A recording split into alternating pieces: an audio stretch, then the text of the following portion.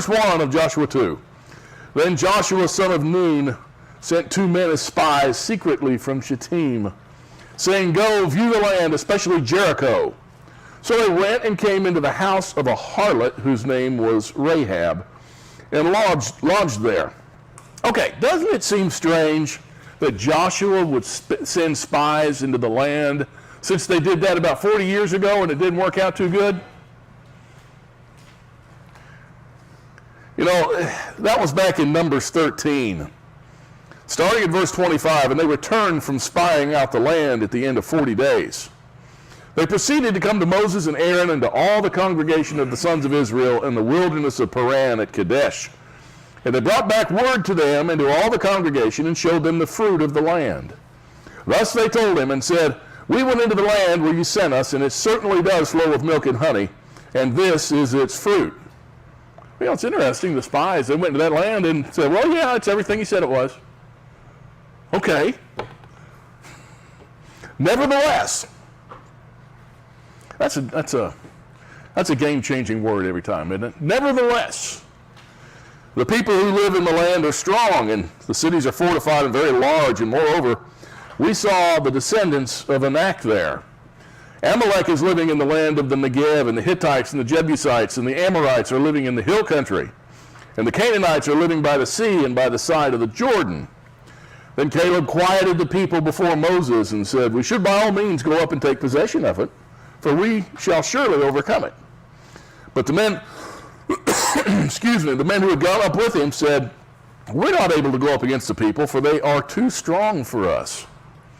So they gave out to the sons of Israel a bad report of the land which they had spied out, saying, The land through which we have gone and spying it out is a land that devours its inhabitants. And all the people whom we saw in it are men of great size. Then also we saw the Nephilim, the sons of Anak, or part of the Nephilim.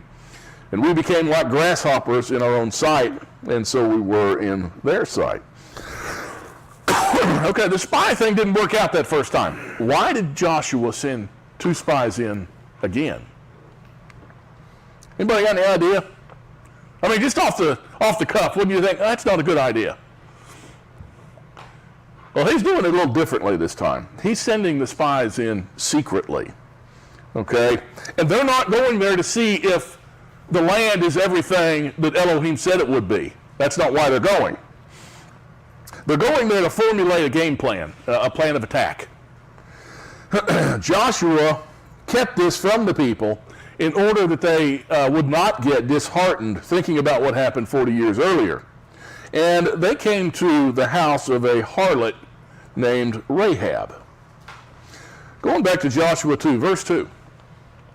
And it was told the king of Jericho, saying, Behold, men from the sons of Israel have come here tonight to search out the land. Well, somehow word got out that the spies were in Jericho to search them out. Verses 3 and 4. And the king of Jericho sent word to Rahab, saying, Bring out the men who have come to you, who have entered your house, for they have come to search out all the land. But the woman had taken the 2 men and hidden them, and she said, Yes, the men came to me, but I did not know where they were from. Now, Rahab was a harlot living in a pagan environment. I don't know that harlot means prostitute. I don't know exactly that it means that, but let's say a woman of ill repute. Anyway, she let the spies in her place and she hid them. Now, she lies to the men who want to kill the spies. She says she doesn't know where they're from. Oh, thank you. The coffee girl is here. Yay. Perfect. Verses 5 and 6. And it came about, when it was time to shut the gate at dark, that the men went out. I do not know where the men went. Pursue them quickly, for you will overtake them. But she had brought them up to the roof and hidden them in the stalks of flax, which she had laid in order on the roof. Okay, now we come to the quandary. Is lying a sin? Look at Proverbs 12, verse 22. It says, Lying lips are an abomination to Yahweh, but those who deal faithfully are his delight. Proverbs 6, verses 16 and 17. There are 6 things which Yahweh hates. Yes, 7 which are an abomination to him. Haughty eyes, a lying tongue, and hands that shed innocent blood, and the list goes on. Psalm 5 verse 6 says, you do destroy those who speak falsehood. Yahweh abhors the man of bloodshed and deceit. Well, it also appears that Elohim blesses Rahab for these actions. In Hebrews 11, verse 31, it says, by faithfulness, Rahab the harlot did not perish along with those who were disobedient, after she had welcomed the spies in peace. Also in James 2, verse 25, and in the same way was not Rahab the harlot also justified by works when she received the messengers and sent them out by another way. And if you recall, she is even included in the line leading to Messiah. She is in his genealogy. In Matthew 1, verses 5 and 6, and to Salmon was born Boaz by Rahab. And to Boaz was born Obed by Ruth, and to Obed Jesse. And to Jesse was born David the king. And to David was born Solomon by her who had been the wife of Uriah. So was Elohim approving the lying of Rahab? This has caused critics of Scripture to claim that Elohim condones that the end justifies the means type of mentality when it's convenient, and that is, of course, absurd. The fact is, Rahab was not blessed because she lived in a pagan culture. That's not why she was blessed. She's not blessed because she was a harlot. And she was not blessed because she lied. She was blessed in spite of those things. The ensuing verses show that she had a heart for Elohim, and she was willing to risk her life to demonstrate that. But what about the lying thing? What about that? She didn't tell the truth. Well, we know that if she had, they would have killed those 2 men. Or they at least would have tried. Yeah. Elohim hates lying, but he can forgive it. That's true. That's true. She wasn't bearing false witness, right, against her brother. That's really what is being referred to. Now, when we think of lying, gee, does this dress make my butt look big? Well, I know.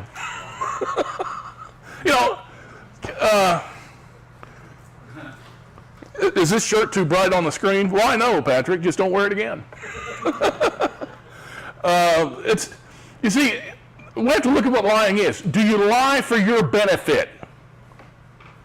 Do you lie for your monetary status benefit? Or for that of the friends of yours? Is lying really a sin? Now it says lying, but it's really to tell a falsehood in order to deceive others for your benefit, or for the benefit of those, your loved ones, your friends. Bear false witness against a neighbor. That's what is a sin. But to tell someone they look nice when, you're just recovering from the measles, and no, you look great, okay? No, that's not a sin. This was not a sin. All right? All she did was help Elohim in his plan, assist Elohim in his plan, which could have been greatly, greatly, greatly to her personal detriment. Okay? She lied at the risk of her own life to help Israel.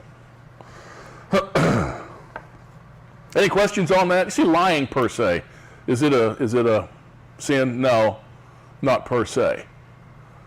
It's not. Verse 7 of Joshua 2. So the men pursued them on the road to the Jordan to the fords. As soon as those who were pursuing them had gone out, they shut the gate. Now, the fords, okay, what's a ford? It's a crossing, that's right. That's right, it's not an automobile. Yeah, you can send them out to the automobiles, and as soon as they were pursuing them, they'd gone out and they shut the gate. Yeah, it was a crossing. Rahab's house was apparently on the western wall, she sent the soldiers the opposite direction from where the spies came from. Verses 8 through 10. Now, before they lay down, she came up to them on the roof and said to the men, I know that Yahweh has given you the land, and that the terror of you has fallen on us, and that all the inhabitants of the land have melted away before you. For we have heard how Yahweh dried up the water of the Red Sea before you when you came out of Egypt, and what you did to the two kings of the Amorites who were beyond the Jordan, to Sihon and Og, whom you utterly destroyed. See, they heard about these events, which had happened to Israel 40 years earlier. Word spread. The people were terrified. See, she mentioned specifically the crossing of that Red Sea. Did you know? We know about he opened up that water. Okay, and y'all crossed on dry land. Well, guess what's going to happen again? Verse 11. And when we heard it, our hearts melted, and no courage remained in any man any longer because of you. For Yahweh your Elohim, he is Elohim in heaven above and on the earth beneath. Now, her statement of faithfulness here is very, very strong. She said her people no longer they don't have the courage, they don't have the heart. He's Elohim in the heaven above and on the earth below. And the fact of the matter is, this whole thing about their hearts melting, well, they're lost. They're done then. Okay? If they have no courage, if they have no intestinal fortitude to fight, they're done. You know, it's kind of like us against Islam right now. We'll never get guts to fight them. They're going to come in and inhabit our land and turn us to Sharia law, and we're too scared of being called a racist to put a stop to it. So, verses 12 and 13, now therefore please swear to me by Yahweh, since I have dealt kindly with you, that you also will deal kindly with my father's household, and give me a pledge of truth. And spare my father and my mother and my brothers and my sisters with all who belong to them, and deliver our lives from death. Now Rahab knows Yahweh, and she knows for certain the fate of her people. She knows they're going to be destroyed. She wants them to spare her life and the life of her family. Verse 14, so the men said to her, our life for yours, if you do not tell this business of ours. And it shall come about when Yahweh gives us the land that we will deal kindly and faithfully with you. The men pledge that they will die instead of her and her family if they keep this promise. Verses 15 and 16. Then she let them down by a rope through the window, for her house was on the city wall, so that she was living on the wall. And she said to them, go to the hill country, lest the pursuers happen upon you, and hide yourselves there for 3 days until the pursuers return.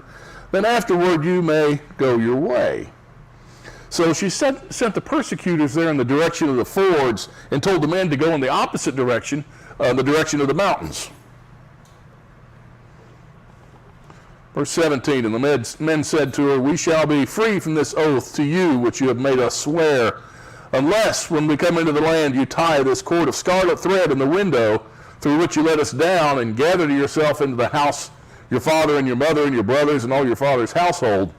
It shall come about that anyone who goes out of the doors of your house into the street, his blood shall be on his own head, and we shall be free.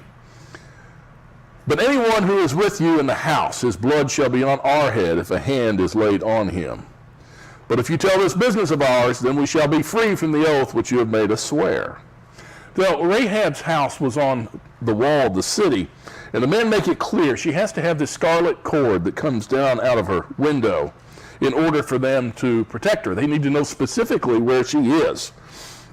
If they leave their house, then those guys said, we're not responsible for their lives. Okay, they're going to die.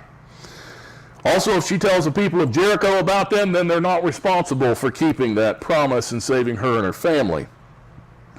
You know, the scarlet cord, it carries several symbolic references in Scripture.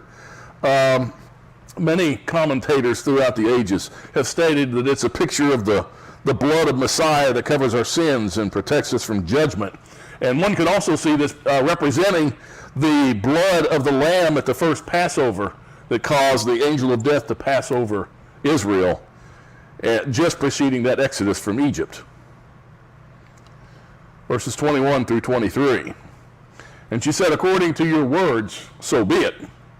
So she sent them away, and they departed, and she tied the scarlet cord in the window. And they departed and came to the hill country, and remained there for 3 days until the pursuers returned. Now the pursuers had sought them all along the road, but had not found them. Then the 2 men returned and came down from the hill country, and crossed over, and came to Joshua the son of Nun, and they related to him all that had happened to them. So Rahab kept that scarlet cord up in her window. The 2 spies waited 3 days until that posse from Jericho came back from their wild goose chase. They safely crossed the river and returned to Joshua, and they filled him in on the things that happened. Verse 24, and they said to Joshua, surely Yahweh has given all the land into our hands, and all the inhabitants of the land, moreover, have melted away before us. You know, the report from the men is very encouraging.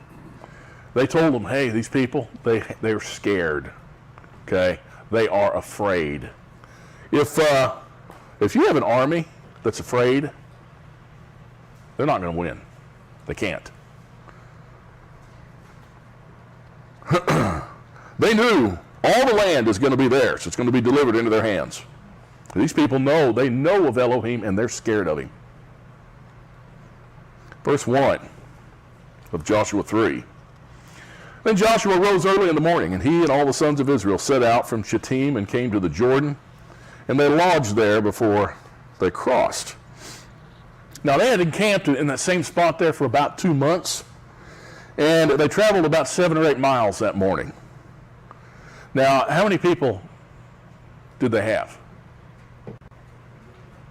We're not really told exactly, but from the census that was taken at the end of, before they came to that point, there was less than 1 million men. How many women and children? We can only, that many women, and then maybe twice over that many children. So we could be talking about 3 million. Let's travel 7 or 8 miles. But anyone who's real old, about my age, I'd be about the oldest one there. Real close to the oldest one there. Because if you're older than 60, you weren't there. You passed away. Joshua 3, verses 2 through 4. And it came about at the end of 3 days that the officers went through the midst of the camp. And they commanded the people, saying, when you see the ark of the covenant of Yahweh your Elohim with the Levitical priests carrying it, then you shall set out from your place and go after it. However, there shall be between you and it a distance of about 2,000 cubits by measure. Do not come near it, that you may know the way by which you shall go, for you have not passed this way before. Okay, I don't know the significance of the ark being 2,000 cubits in front of the people. That would be about 1,000 yards. It'd be over a half a mile. So I don't know what that significance of that distance is, but the ark represents Elohim, and they are to follow him. They're going to go to places they haven't been before, and they're to follow him in his directions. Verses 5 and 6. Then Joshua said to the people, consecrate yourselves, for tomorrow Yahweh will do wonders among you. And Joshua spoke to the priests, saying, take up the ark of the covenant and cross over ahead of the people. So they took up the ark of the covenant and went ahead of the people. Now the people were to sanctify themselves. What's that mean again? Sanctify themselves. Be set apart. Okay? This is a time now, to be unclean is not necessarily a sin. Sometimes it happens. You come in contact with a dead body, you're unclean for a certain amount of time. If a woman is during her time, she's unclean during that time. Those things aren't sins, but it puts you in a state of uncleanness, temporarily. They sanctify themselves, specifically at this time. Avoid those things as much as possible. The priests here were to lead the way. Verses 7 and 8. Now Yahweh said to Joshua, this day I will begin to exalt you in the sight of all Israel, that they may know that just as I have been with Moses, I will be with you. You shall, moreover, command the priests who are carrying the Ark of the Covenant, saying, when you come to the edge of the waters of the Jordan, you shall stand still in the Jordan. Elohim's making it clear that he's going to use Joshua in the same way that he used Moses. Joshua's going to lead the people. Verses 9 and 10, then Joshua said to the sons of Israel, come here and hear the words of Yahweh your Elohim.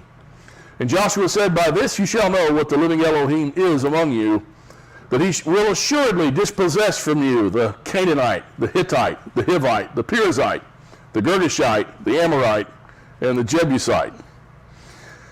Okay. Joshua told the people, Elohim told them through Joshua, that they are going to know that Elohim is among them. The people are going to know that Elohim is among them. When he drives out these 7 nations out of that land, now each one of those nations individually, the Hittites, the Girgashites, each one individually was a lot bigger and a lot stronger than Israel. Okay? A lot more people, a lot more fighting men, each one of those. And there's 7 of them. And they're all going to be soundly defeated. Elohim didn't save Israel from slavery in Egypt because they were good people or better people than the others. He did it because he loved them, and he swore to their forefathers that their descendants would get that land. That's the only reason he went through all that. It was because he is faithful.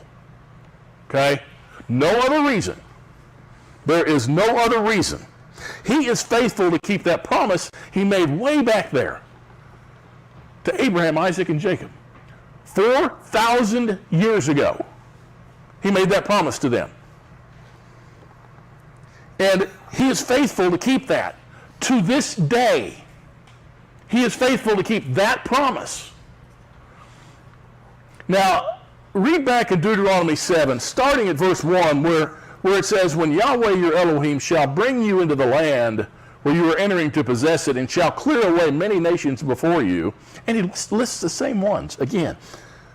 The Hittites, the Girgashites, the Amorites, the Canaanites, and the Perizzites, the Hivites, and the Jebusites.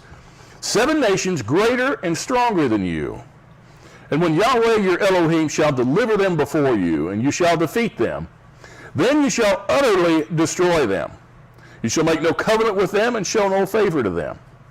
Furthermore, you shall not intermarry with them. You shall not give your daughters to their sons, nor shall you take their daughters for your sons.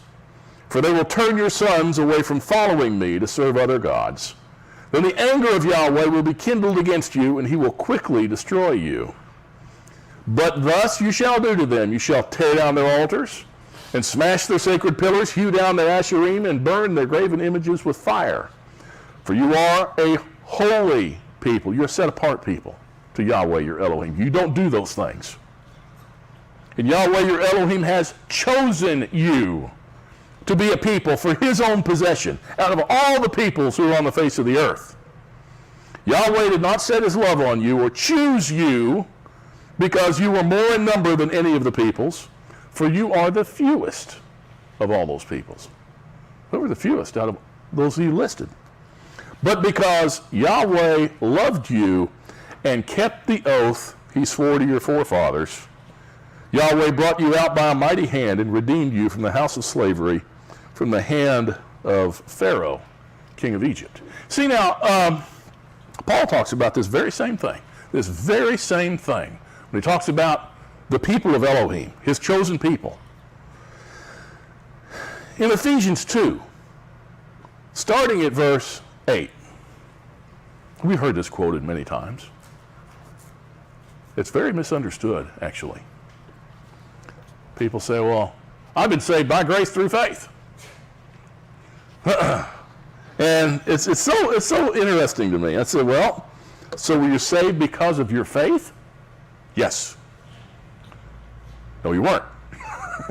You weren't. Was Israel saved because of their faith? No. Why were they saved? Because he chose them. He chose them. Why did he choose them? Because he made that promise to Abraham, Isaac, and Jacob. That's why. The way this should be read or understood, for by the grace of the Father, let me just go to a different, added my own little interpretation here, just a little bit. For by the graciousness of the Father, you've been saved. It's in that word faith. It's the Greek word pistis. Okay? It's not a passive emotional word as we look at the word faith today. It's not a passive emotional word. It's a Greek action word. Okay? It's a Greek action word. It's a reference to things happening, not to emotion or feelings. It's the much better translation is faithfulness. Okay? He is supposed to be the husband of Israel, his bride. What is important between a bride and groom? Faith or faithfulness? Faithfulness. That is the demonstration of love like almost nothing else. Faithfulness. Well, you see, even at that, you're not saved because of your faithfulness. Okay? If he made you, because he made us faithful. If we're faithful to his Torah, it's because he made us that way. Okay? He gave his spirit, his breath within us to give us that desire and love to be obedient to his word. This is what Paul's talking about. He's saying by the graciousness of the Father, you've been saved through his faithfulness. The faithfulness of the Father. And that's not you. That's not because of you or what you did. The grace is a gift of Elohim. Not as a result of works, that no one should boast. See, that's what he's saying. He's saying, what's the faithfulness of the Father? He's keeping his promise to Abraham, Isaac, and Jacob from 4,000 years ago to today. That's why those of us who have a heart for his Torah were chosen. Because he's faithful to keep that promise to Abraham, Isaac, and Jacob. He's the faithful one, we're not. What faithfulness we do have is only due to his breath within us, his spirit within us. That's all we have, is what he gave us. Whatever faithfulness we have to him is what he gave us. Therefore, it's not a result of any works that we did. We have nothing to boast about. It all has to do with the graciousness of the Father and his faithfulness to the promise he made to Abraham, Isaac, and Jacob. That's it. Once again, why was Israel saved? Because he chose them. Because he chose them. Why did he choose them? Well, he loved them, and he's going to be faithful to the promise he made to the forefathers. That's why it's so important to understand that he is the Elohim of Abraham, Isaac, and Jacob. It's through that promise he made to them that he is faithful to keep, that he chooses us. And then in verse 10, for we are his workmanship, created in Messiah Yeshua for good works, which are his Torah. We're created to be obedient to his Torah, which Elohim prepared beforehand, that we should walk in them. So look at verses 11 and 12 of Joshua 3. Behold, the ark of the covenant of Adonai of all the earth is crossing over ahead of you into the Jordan. Now then, take for yourselves 12 men from the tribes of Israel, 1 man for each tribe. We're not told what these 12 guys are going to do until the next chapter, but what they're going to do is to serve a purpose in Israel remembering this, what they're going to do forever. Okay? Verse 13, it shall come about when the soles of the feet of the priests who carry the ark of Yahweh, the Adonai of all the earth, shall rest in the waters of the Jordan, and the waters of the Jordan shall be cut off, and the waters which are flowing down from above shall stand in one heap. So it shall come about when the people set out from their tents to cross the Jordan with the priests carrying the ark of the covenant before the people, and when those who carried the ark came to the Jordan, and the feet of the priests carrying the ark were dipped in the edge of the water, for the Jordan overflows all its banks all the days of the harvest. You know, this is the same thing he did to the Red Sea. They're going to cross the Jordan. Elohim is going to funnel over 3 million people or so, at least 2 million, maybe 3 million people over that river bottom during the daylight of one day. Keep in mind, this is spring. And the river is going to be at flood stage, okay? It's going to be at flood stage. And why is he going to do this? Why during the day, for instance? Everybody to see it. Remember what people in Jericho said we're afraid of? What's the first thing she mentioned? Oh my gosh, he opened up the Red Sea is what we heard. You know what? You're going to see it again. Okay? You're going to see it again. Verses 16 and 17. That the waters which were flowing down from above stood and rose up in one heap, a great distance away at Adam, the city that is beside Zarethan. And those which were flowing down toward the sea of the Arabah, the salt sea, were completely cut off, so the people crossed opposite Jericho. And the priests who carried the ark of the covenant of Yahweh stood firm on dry ground in the middle of the Jordan, while all Israel crossed on dry ground until all the nation had finished crossing the Jordan. So the Jordan River, it says it rose up, and it stayed in a big heap, and it's for a huge swath. Okay, it wasn't something wide as this room. Okay, it was huge, a big distance. Israel crossed the Jordan on dry ground. That is so important. The waters, this wasn't an avalanche that caused the river to back up or anything like that. He may have used that, but the fact that the river bottom is dry, and it all happened in one day. It's the same thing that happened 40 years previous at the Red Sea. The same thing that the people of Jericho were scared to death about. They're going to see it. And word's going to spread. Any questions about Joshua?